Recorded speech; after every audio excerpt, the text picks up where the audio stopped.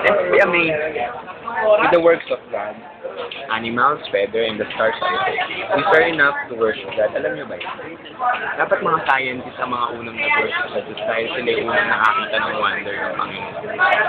Sila yung unang nakasalukot ng mga stars and gano'ng kaganda ng outer space.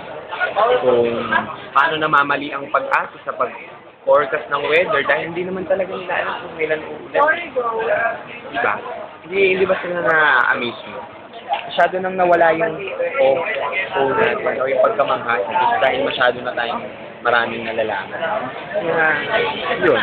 Kasi hindi natin tinitignan kung paano nagawa ang isang bagay. Tinitignan lang natin yung ganda ng isang bagay.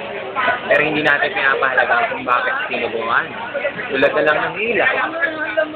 Kaya papakinabangan natin siya pero hindi natin na kapasalamatan sino man nakaimbento ng ilaw.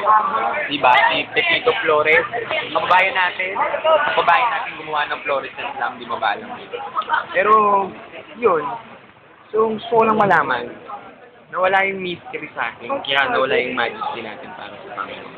Ironically, the more we know, the less we worship. Kasi masyado na tayo maraming nalalaman.